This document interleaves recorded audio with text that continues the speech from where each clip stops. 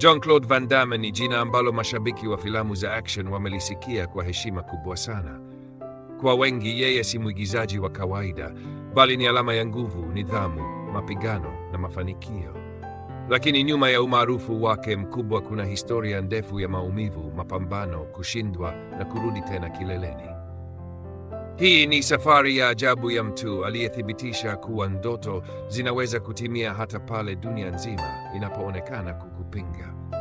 Jean-Claude Van Damme alizaliwa tarehe 18 mwezi Oktoba mwaka 1960 katika mji wa Brussels, nchini Belgium.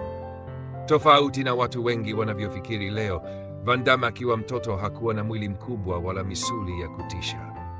Alikuwa mtoto mwembamba sana, mwenye mwili dhaifu kiasi kwamba watu wengi hawakuwahi kufikiria kwamba siku moja angekuwa mmoja wa wapiganaji maarufu duniani.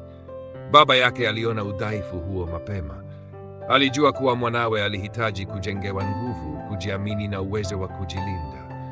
Ndiyo maana alipofikisha umri wa miaka 10, alimpeleka kwenye mafunzo ya karate. Uamuzi huo mdogo uligeuka kuwa mwanzo wa hadithi kubwa sana. Mwanzoni mazoezi yalikuwa magumu.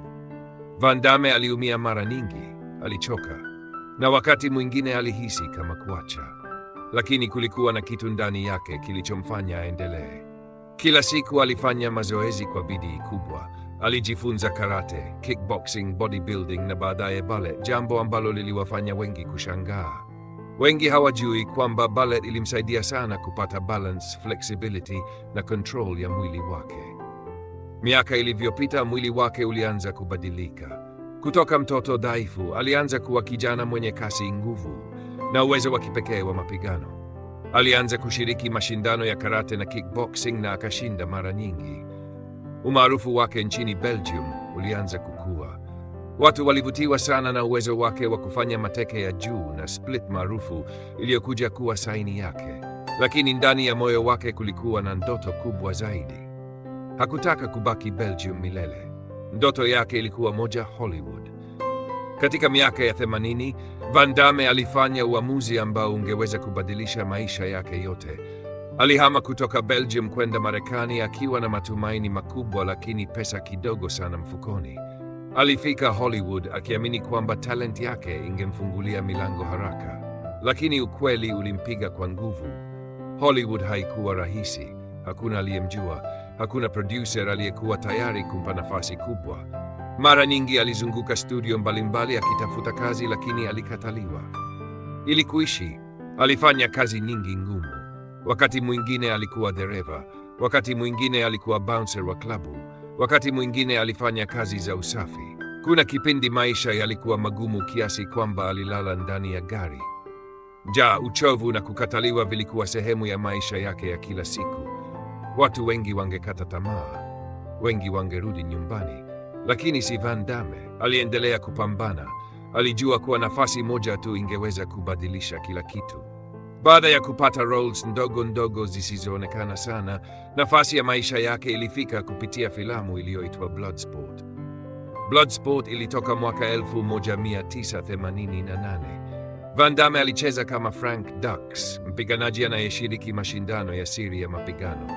Hakuna aliyekuwa ametarajia filamu hiyo kuwa kubwa sana, lakini ilipotoka, dunia ililipuka. Mashabiki walivutiwa na kasi yake, style yake ya mapigano na charisma yake. Mateke yake yalionekana tofauti na ya waigizaji wengine. Ghafla, jina Jean-Claude Van Damme lilianza kusikika kila mahali. Kutoka hapo maisha yake yalibadilika. Mwaka uliofuata alitoka kwenye filamu Kickboxer, na hapo akawa superstar kamili wa action movies. Sasa studio kubwa zilianza kumtafuta. Malipo yake yakaanza kupanda kwa kasi. Sasa tuangalie filamu zilizomuingizia pesa nyingi zaidi katika career yake. Filamu ya kwanza iliyomuingizia pesa nyingi zaidi ilikuwa Time Cop. Filamu hii ilitoka mwaka 1994. Hii ndiyo movie iliyovunja rekodi kubwa zaidi kwa Van Damme. Iliingiza zaidi ya dola milioni 100 duniani. Time Cop ilimuweka kwenye kiwango cha waigizaji wa blockbuster wa Hollywood. Filamu ya pili ilikuwa Street Fighter, filamu iliyotokana na game maarufu ya entity video games Street Fighter, ka Street Fighter ya moja duniani. Ingawa wakosoaji hawakuipenda sana, Mashabiki waliifanya kuwa mafanikio makubwa ya kibiashara. Filamu ya tatu ilikuwa Universal Soldier, aliyocheza pamoja na entity known celebrity Dolph Lundgren.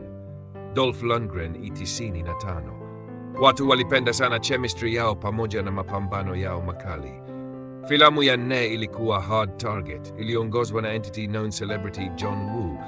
John Woo ovya hii iingize zaidi ya dola milioni 70. Filamu ya tano ilikuwa Double Impact.